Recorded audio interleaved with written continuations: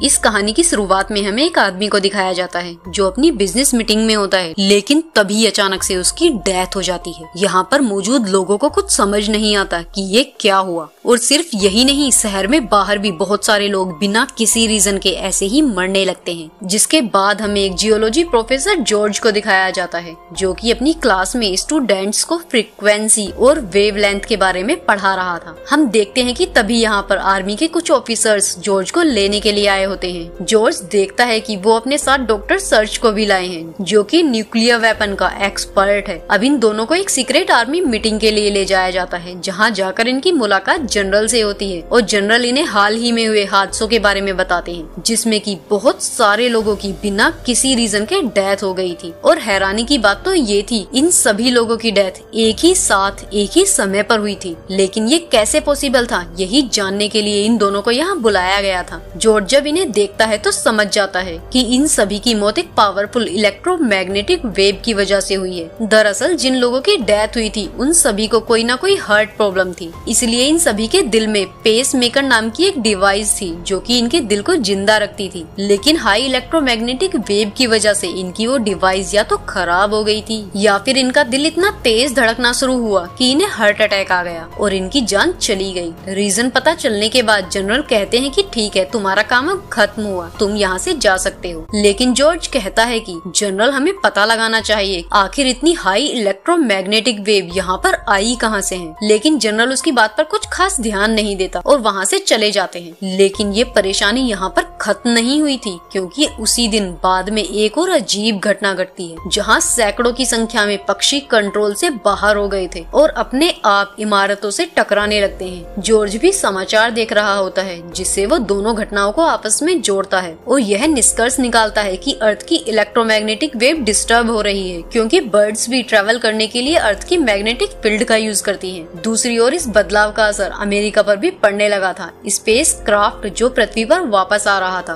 उस पर कंट्रोल करना बहुत मुश्किल हो रहा था, जिससे ये कई मील दूर पहले ही पटरी से उतर जाता है। अब क्राफ्ट को उतरने में केवल कुछ मिनट ही बचे थे। पायलट बिना किसी विकल्प के एक नदी में क्रैश लैंडिंग करने का प्लान बनाती है और अपने इस प्लान के साथ आगे बढ़ती है। किसी तरह स्पेस क्राफ्ट को थोड़ा नुकसान पहुंचाकर एक भयानक दुर्घटना से बचने में कामयाब हो जाती है और अपनी टीम की जान बचा लेती है। वहीं दूसरी तरफ अब जॉर्ज चैन से बैठने वाला नहीं था। अब वो हाल ही में हुए सभी हादसों की स्टडी करता है और बाद में जब वो अर्थ का 3D मॉडल देखता है तो उसके होश उड़ जाते हैं। जॉर्ज अपनी इस रिसर्च को जाकर डॉक्टर कॉनरेड को दिखाता है और डॉक्टर भी उसकी इस रिसर्च को देखकर परेशान हो जाते हैं और जॉर्ज से मिलने के बाद वो अपनी एक सीक्रेट फाइल को ढूंढकर बाहर निकलते हैं। अब इसके बाद जब रात होती है तो रात में सभी को आसमान में कलरफुल फ्लेयर्स नजर आने लगते हैं, लेकिन सभी लोग इस बात से अनजान थे कि ये पृथ्वी पर आने वाले एक बहुत ही बड़े खतरे का साइन है। खैर, अब जब जॉर्ज अपने इस पॉइंट को हाईलाइट करता है तो कुछ बड़े ऑफिसर्स के साथ उसकी मीटिंग की जाती है। यहाँ पर जॉर्ज इन सभी ऑफिसर्स को अपनी रिसर्च के बारे में बताता है। वो इन्हें यहाँ पर एक शॉकिंग इन्फॉर्मेशन देता है। वो कहता है कि अर्थ की ओजोन लेयर धीरे धीरे डिस्ट्रॉय हो रही है, जिस कारण अर्थ की कोर में जो लिक्विड है अब वो घूमना बंद हो गया है, जिस वजह से अर्थ में इलेक्ट्रोमैग्नेटिक फील्ड भी बनना बंद हो गया है। और इससे होगा ये कि अगले कुछ महीनों में आसमान से फ्लाइट खुद पे खुद नीचे गिरना शुरू हो जाएंगी। इतना ही नहीं, इलेक्ट्रॉनिक डिवाइस एक्सप्लॉइट होने लगेंगी, बड़े बड़े तूफान आएंगे और भी कई तरह के क्लाइमेट चेंज होंगे और आखिर में ये अर्थ तबाह हो जाएगी। लेकिन ये सब क्यों हो रहा है इन्हें कोई आइडिया नहीं था और इसे ठीक करना भी लगभग असंभव था,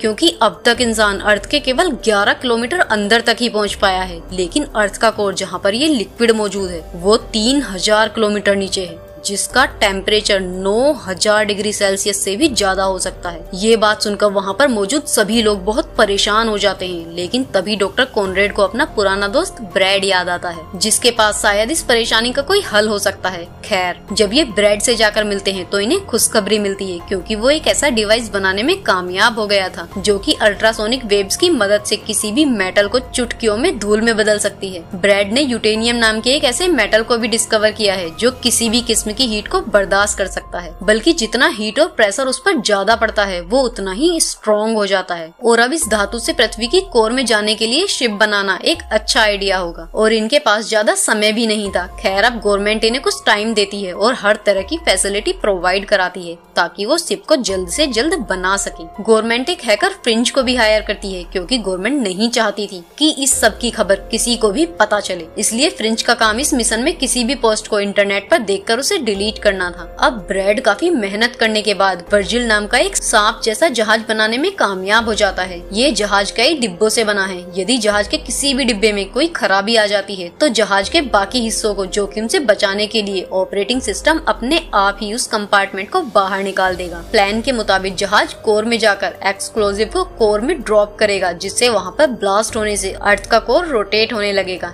ये काम एकदम CPR की तरह था, जहाँ पर अर्थ की कोर को होश में लाने के लिए झटका दिया जाएगा। अब इससे पहले ये लोग आगे कुछ कर पाते, इन्हें एक और जोर का झटका मिलता है, क्योंकि इलेक्ट्रोमैग्नेटिक फील्ड के डिस्टर्ब होने की वजह से बिजली तूफान हाई स्पीड में आने लगते हैं, जिसके कारण बहुत सी इमारतें ढह जाती हैं। पूरे शहर में हाहाकार मचने लगता है। जगह जगह और भी हादसे होने लगे थे, यानी कि अब इनके पास मशीन टेस्टिंग के लिए भी टाइम नहीं है। अब वो फौरन अपने मिशन के लिए मैरियाना ट्रेंच की तरफ निकल जाते हैं। अब ये लोग जैसे ही समुद्र में जाते हैं, इन्हें एक और नई चीज देखने को मिलती है कि समुद्र में मौजूद वेल अल्ट्रासोनिक वेव्स की वजह से जहाज के चारों तरफ तैरने लगती हैं। फिर ये पृथ्वी की क्रस्ट में प्रवेश करते हैं और सेमी सॉलिड मेंटल तक अपना रास्ता बनाते हैं। जैसे ही ये मेंटल को पार करते हैं तो अपने सामने अजीब काले रंग के धब्बे देखते हैं, जिस पर जॉर्ज बताता है कि ये पूरा एरिया खोखला है और मशीन को ऐसे स्थानों को पहचानने के लिए प्रोग्राम नहीं किया गया था। इससे पहले कि ये कुछ कर पाते, जहाज एक बहुत बड़े जियोड संरचना से जाकर टकरा जाता है और जहाज को नुकसान पहुंचता है। यहाँ सब बच तो जाते हैं, लेकिन एक विशाल क्रिस्टल इनके जहाज में फंस जाता है, जिस कारण जहाज आगे नहीं बढ़ पा रहा था। अब इनके पास जहाज से बाहर निकलने और प्रॉब्लम को मैनुअल रूप से ठीक करने के अलावा कोई विकल्प नहीं था। जॉर्ज और इवर्सन किसी तरह जहाज की मरम्मत करने में सफल हो जाते हैं, लेकिन इससे पहले कि वो पीछे हट पाते, एक क्रिस्टल इवर्सन को जाकर लग जाता है, जिससे वो खोलते हुए लावा में गिरकर मर जाता है। फिर ये इंजन को स्टार्ट करके लावा के जरिए आगे बढ़ते हैं। अब 2 दिन गुजर जाते हैं और ये आउटर कोर के पास पहुंचने वाले थे, इसलिए कुछ मेंबर न्यूक्लियर डिवाइस को रेडी करने लग जाते हैं। तभी वर्जिल विशाल हीरे से बने क्षेत्र से होकर गुजरता है। हालांकि रेब का कुछ क्रिस्टल को चकमा देने में सफल रहती है, लेकिन फिर भी एक बड़ा सा डायमंड जहाज के लास्ट कंपार्टमेंट से जाकर टकरा जाता है, जिसकी वजह से सिस्टम अब खुद पे खुद डैमेज कंपार्टमेंट को हटाने लगता है। तभी इन्हें रियलाइज होता है कि इससे तो न्यूक्लियर कंट्रोल यूनिट भी पीछे छूट जाएगा, जिसके बगैर ये मिशन पॉसिबल ही नहीं है। इसलिए इस समय में लेवेक उस कंपार्टमेंट में जाकर न्यूक्लियर कंट्रोल यूनिट को जॉर्ज तक पहुंचाने में कामयाब हो जाता है, लेकिन इस प्रोसेस में वो पीछे रह जाता है और कुछ ही सेकंड्स बाद उसका डिब्बा बाहर निकल जाता है, जिसकी वजह से वो मारा जाता है। अपने करीबी दोस्त को इस तरह से मरता हुआ देखकर जॉर्ज पूरी तरह से टूट जाता है, लेकिन बाकी क्रू मेंबर्स उसे मजबूत बने रहने के लिए कहते हैं, क्योंकि उन सबको मिलकर अर्थ को बचाना है। अगले कुछ घंटों में टीम अर्थ के कोर तक पहुंच जाती है, लेकिन यहाँ पर वो जान पाते हैं कि कोर की डेंसिटी उनके अंदाजे से भी बहुत ज्यादा अधिक है। इसका मतलब यह है कि वे जितने भी परमाणु विस्फोटक अपने साथ लाए हैं, वो कोर को रिवाइव करने के लिए इनफ नहीं होंगे। इस विफलता का सामना करते हुए कॉनरेड उन्हें सुझाव देते हैं कि उन्हें वापस लौटकर प्लान बी पर काम करना चाहिए। ये सुनकर बाकी सब हैरान रह जाते हैं कि प्लान बी है क्या। यहाँ पर जनरल प्रोजेक्ट डेस्टिनी के बारे में रिवील करते हैं। दरअसल अमेरिकी सेना को दुश्मन देशों के बारे में जानकारी मिली थी कि उनके दुश्मन देश एक शक्तिशाली हथियार तैयार कर रहे हैं, जो कि अमेरिकी सेना के हमले का मुकाबला करने के लिए भूकंप उत्पन्न कर सकता है। इसलिए डॉक्टर कॉनरेड के नेतृत्व में अमेरिकी सेना ने एक और भी अधिक शक्तिशाली हथियार बनाया, जिससे कि भूकंप को रोका जा सकता है। जनरल यह भी खुलासा करते हैं कि प्रोजेक्ट डेस्टिनी के पहले एक्सपेरिमेंट के कारण ही अर्थ का रोटेशन रुक गया था और सरकार ही इस सब के लिए जिम्मेदार है। आगे जनरल कहते हैं कि उनके वापस आने के बाद वो एक बार फिर से डेस्टिनी को फायर कर सकते हैं, ताकि अर्थ को दोबारा से किक करके स्टार्ट किया जा सके। लेकिन जॉर्ज इनकी बातों से सहमत नहीं होता, क्योंकि ऐसा करने से अर्थ डिस्ट्रॉय हो सकती है। अर्थ पर जगह जगह ज्वालामुखी फटने लगेंगे, भूकंप आने लगेंगे। दरअसल इनके पास अब ज्यादा समय भी नहीं था, इसलिए ये जनरल से बात करने के लिए कंट्रोल सेंटर में कांटेक्ट करते हैं। यहाँ इन्हें ये प्लान छोड़ने और तुरंत वापस लौटने का आदेश भेज दिया जाता है। हालांकि क्रू मेंबर्स ने ऑर्डर को फॉलो करने से इनकार कर दिया और एक बीच का रास्ता लेने का इरादा किया जिससे अर्थ को भी कोई नुकसान न हो। लेकिन इनके कुछ करने से पहले ही हानिकारक पराबैंगनी किरणें ओजोन लेयर से एंटर करने लगती हैं और अर्थ की कोर में होल होने लगता है, जिसके कारण समुद्र में बड़ी संख्या में लहरें उठती हैं और बड़े बड़े ब्रिज टूटकर गिरने लगते हैं। इसके साथ साथ वाहन भी पिघल जाते हैं और पानी में गिरने लगते हैं। यह घटना तेजी से समाचार के माध्यम से फैल जाती है। यूएसए आर्मी ने भी ऐसा नहीं सोचा था। वहीं दूसरी ओर जनरल अबोर इंतजार नहीं कर सकते थे, इसलिए वो डेस्टिनी को फायर करने का आदेश देते हैं, जबकि ऐसा करने से वो अंतरिक्ष यान में वर्जिल क्रू को भी खतरे में डाल रहे थे। इसलिए जोस गुप्त रूप से फ्रेंच के साथ कांटेक्ट करता है और जनरल को भी कुछ समय के लिए ये सब रोकने के लिए कहता है। अब फ्रेंच मिलिट्री के सारे डाटा को हैक करके प्रोजेक्ट डेस्टिनी की सर्च में लग जाता है। दूसरी ओर जॉर्ज बाकी क्रू मेंबर्स के साथ अपने अगले कदम पर चर्चा शुरू कर देता है, जब जेलेस्की उन्हें बताता है कि इसे एक साथ फायर करने की बजाय हमें पार्ट्स में फायर करना चाहिए,